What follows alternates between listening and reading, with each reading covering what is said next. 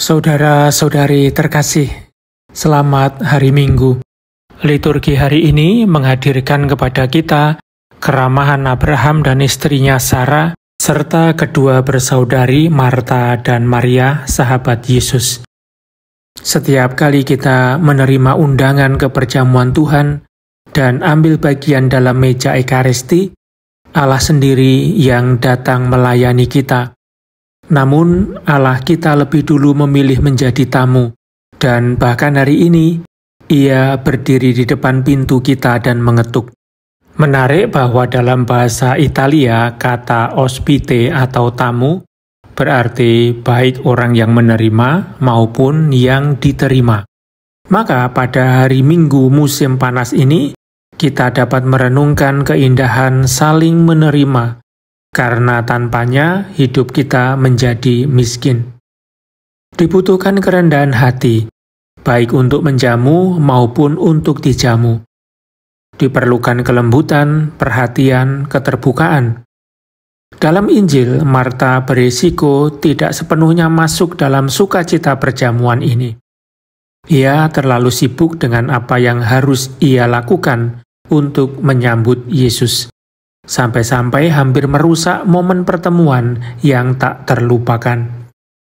Marta adalah seorang yang dermawan, tetapi Tuhan memanggilnya kepada sesuatu yang lebih indah daripada sekedar kemurahan hati. Ia memanggilnya keluar dari dirinya sendiri. Saudara dan saudari terkasih, hanya inilah yang membuat hidup kita berbuah. Membuka diri pada sesuatu yang mengalihkan perhatian kita dari diri sendiri, namun sekaligus memenuhi kita. Saat Marta mengeluh karena saudarinya meninggalkannya sendirian untuk melayani, Maria justru larut dalam mendengarkan perkataan Yesus, seakan-akan tidak ingin kehilangan kesempatan. Ia tidak kurang konkret atau kurang dermawan dari saudarinya, tetapi ia menangkap kesempatan itu. Karena itulah Yesus menegur Marta, karena Marta tetap berada di luar keintiman yang sebenarnya bisa memberi dia banyak sukacita. Musim panas dapat membantu kita memperlambat dan menjadi lebih seperti Maria daripada Marta. Kadang kita tidak memberi diri kita bagian terbaik.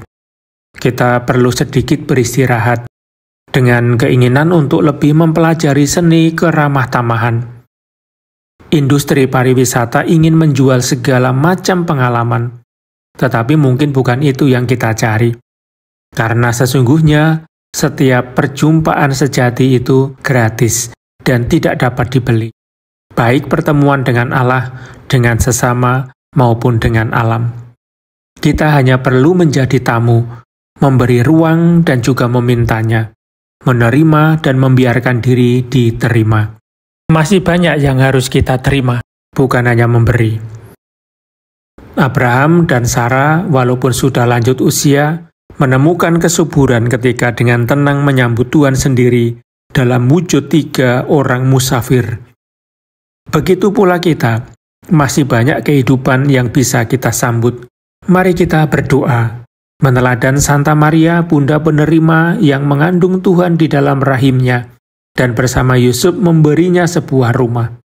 Dalam dirinya bersinar panggilan kita, panggilan gereja untuk tetap menjadi rumah terbuka bagi semua, demi membuka diri untuk Tuhan yang ingin masuk. Doa Angelus. Maria diberi kabar oleh malaikat Tuhan bahwa ia akan mengandung dari Roh Kudus. Salam Maria, penuh rahmat, Tuhan sertamu, terpujilah engkau di antara wanita, dan terpujilah buah tubuhmu Yesus. Santa Maria, Bunda Allah, doakanlah kami yang berdosa ini, sekarang dan waktu kami mati. Amin. Aku ini hamba Tuhan, terjadilah padaku menurut perkataanmu. Salam Maria, penuh rahmat, Tuhan sertamu, terpujilah engkau di antara wanita, dan terpujilah buah tubuhmu Yesus. Santa Maria, Bunda Allah, doakanlah kami yang berdosa ini, sekarang dan waktu kami mati. Amin. Sabda telah menjadi daging dan tinggal di antara kita. Salam Maria, penuh rahmat, Tuhan sertamu, Terpujilah Engkau di antara wanita, dan terpujilah buah tubuhmu, Yesus. Santa Maria, Bunda Allah, doakanlah kami yang berdosa ini, sekarang dan waktu kami mati. Amin. Doakanlah kami, ya Santa Bunda Allah, supaya kami dapat menikmati janji Kristus. Ya Tuhan, karena kabar malaikat kami mengetahui bahwa Yesus Kristus Putramu menjadi manusia. Kami mohon curahkanlah rahmat-Mu ke dalam hati kami, supaya karena sengsara dan salibnya, kami dibawa kepada kebangkitan yang mulia oleh Kristus Tuhan kami. Amin. Saudara-saudari terkasih, pagi ini saya merayakan Ekaristi di Katedral Albano, sebuah kesempatan bermakna dalam membangun persekutuan gereja dan berjumpa dengan komunitas keuskupan. Saya berterima kasih kepada Yang Mulia Monsinyur Viva yang hadir di sini, serta semua yang bekerja bagi terlaksananya perayaan yang indah ini. Salam hangat bagi seluruh komunitas keuskupan. Berita-berita tragis terus datang dari Timur Tengah, khususnya dari Gaza. Saya mengungkapkan kesedihan mendalam atas serangan tentara Israel terhadap gereja paroki Keluarga Kudus di kota Gaza. Seperti yang kalian ketahui, serangan pada Kamis lalu menyebabkan kematian 3 orang Kristiani dan melukai beberapa lainnya. Saya berdoa bagi para korban saat Isa Kostandi Salameh, Faumia Isa Latif Ayat, Najwa Ibrahim Latif Abu Daud, dan saya merasa sangat dekat dengan keluarga mereka, serta seluruh umat paroki. Tindakan ini sayangnya menambah daftar serangan militer yang terus-menerus terhadap penduduk sipil dan tempat-tempat ibadah di Gaza. Kembali saya minta agar kekejaman perang segera dihentikan dan solusi damai dicapai. Kepada komunitas internasional, saya menyerukan agar mematuhi hukum kemanusiaan dan menghormati kewajiban melindungi warga sipil, serta larangan hukuman kolektif, penggunaan kekerasan tanpa pandang bulu, dan pengusiran paksa penduduk. Kepada umat Kristiani di Timur Tengah yang terkasih, saya katakan bahwa saya bisa merasakan perasaan kalian yang seakan tak berdaya menghadapi situasi yang begitu tragis ini. Kalian ada di hati Paus dan seluruh gereja.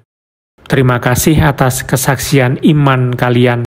Perawan Maria, wanita dari timur, fajar matahari baru yang terbit dalam sejarah, senantiasa melindungi kalian dan mengantar dunia menuju fajar perdamaian. Saya menyapa kalian semua umat Castel Gandolfo dan semua peziarah yang hadir di sini.